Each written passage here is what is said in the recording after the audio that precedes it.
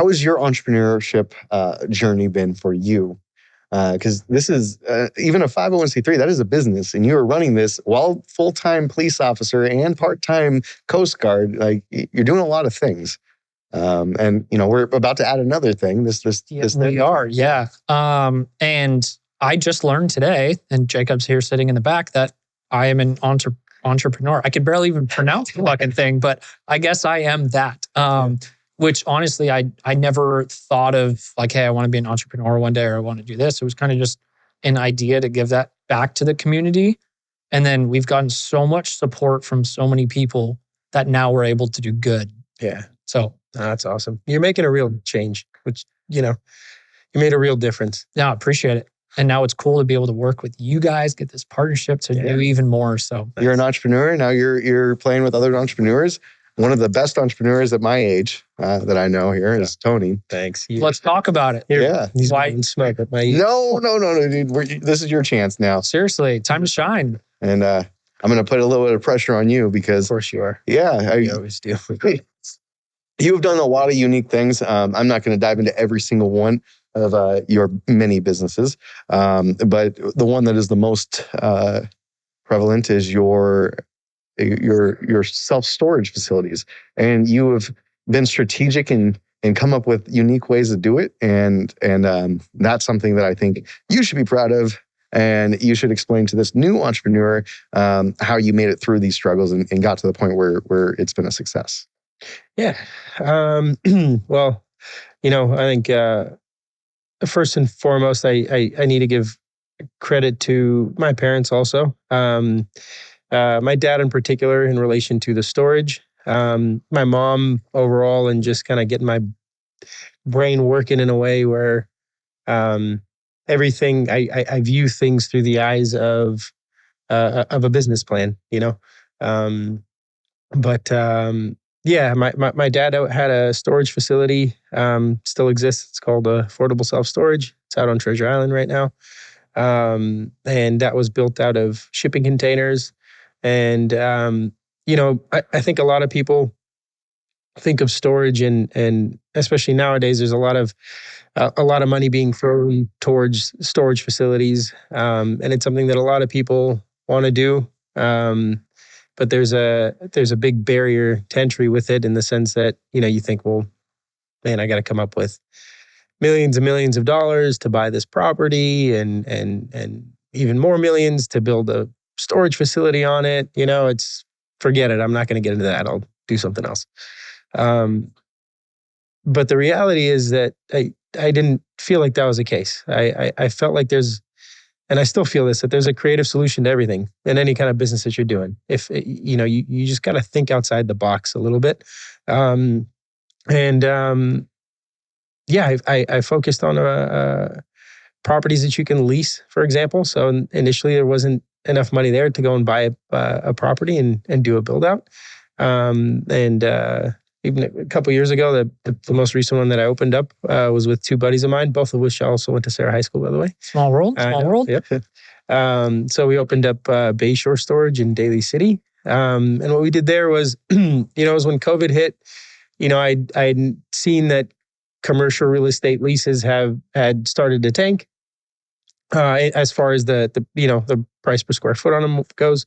And I saw that as an opportunity. I avoided the big boys, the Prologis and the big commercial real estate companies because I knew how imperative it was to negotiate a good lease.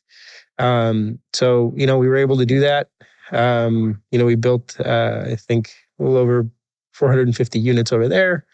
And that's on I think we had a 30-year lease, it's 10 years with some options. But yeah, the reality is that not just in storage, but in anything I think that you do, is thinking outside the box. You got to get creative. You're going to hit roadblocks. You're going to come across problems.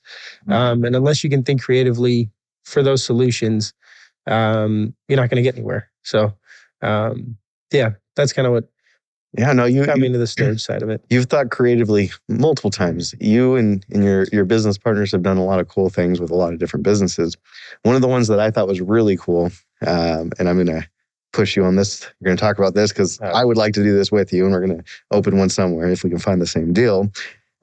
He took old World War II bunkers and turned them into a business. So he took something that nobody else could figure out what to do with, and him and his partners built a business out of it. Yeah. And I give my dad credit on this one too. I do. He was, my partner in this.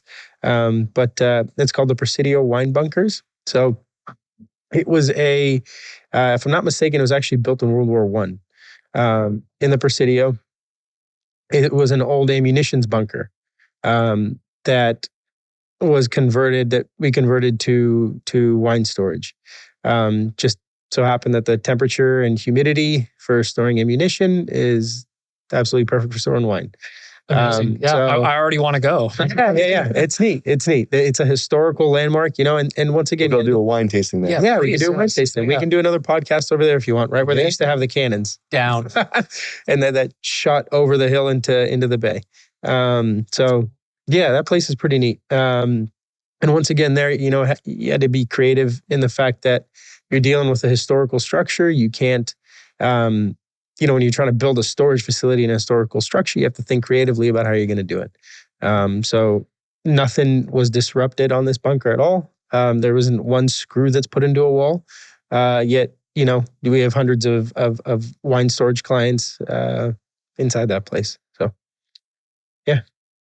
So you get the creativity aspect from dad. Oof, it's tough. I don't know. My mom was a little bit more of an artist too. My dad, honestly, from both. I get it. I think I get it a bit from both. But I wouldn't feel comfortable standing up here and not giving them the credit I think that they deserve for just getting my mind in the right in that direction on it.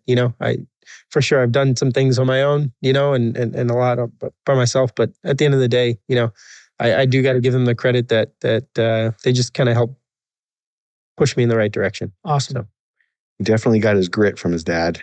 Yeah. Your dad's a bulldog. Yeah, he is. He comes in here and he even I follow him around like he owns this place. And I'm like, yes, sir. He comes in here and he owns it. You're back in the military. Yes, sir, whatever you say. That guy's got a force behind him. Yeah. No, I have a lot of respect for him because, my mom too, but my dad, they're both immigrants. They came over from Greece. So I'm first generation born here. My dad was born on a dirt floor, in a mud house in Greece. And came to this country and built something for himself. Awesome. By working his ass off.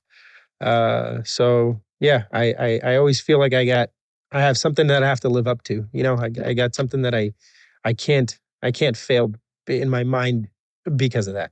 I owe it. That's kind of the same with how I am, even outside of like everything with the nonprofit and the Overwatch Collective was kind of the same thing as you, where owing it back to my family, where my whole family is essentially in law enforcement. And then my brother became a firefighter. The joke is like everybody wants to be a firefighter because they get to like sleep a little bit. They get to work out, wash their trucks.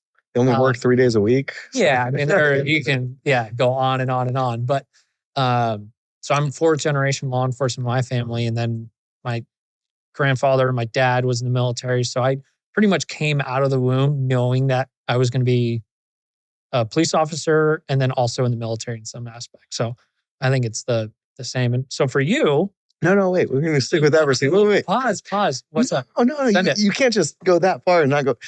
How does your family feel about you trying to transition into this entrepreneurship route? Like you're going to go into business. You're going to have this nonprofit that you're chairing, founding, and operating. Yeah. Are they scared for you or what's the... No. I mean, thankfully, and probably Tony, same as your parents too, where they're super supportive. Yeah. And like the entire first responder military community, when they kind of hear about the work that we're doing and see the stats and the numbers, like how can you not be supportive of that? I don't want to like sound cocky or anything, but like you pretty much ask any first responder or service member if they know someone who has died by suicide, and they're probably going to say yes. Yeah. Unfortunately, that's just where we're at. I can spit off a few names. Yeah. You could spit off a few names. Even if you're outside of the first responder and military community, everybody more than likely knows someone who has died by suicide, which our motto is one more is one less, where all we want to do is prevent one suicide. That's it. Yeah. So with that and all the work that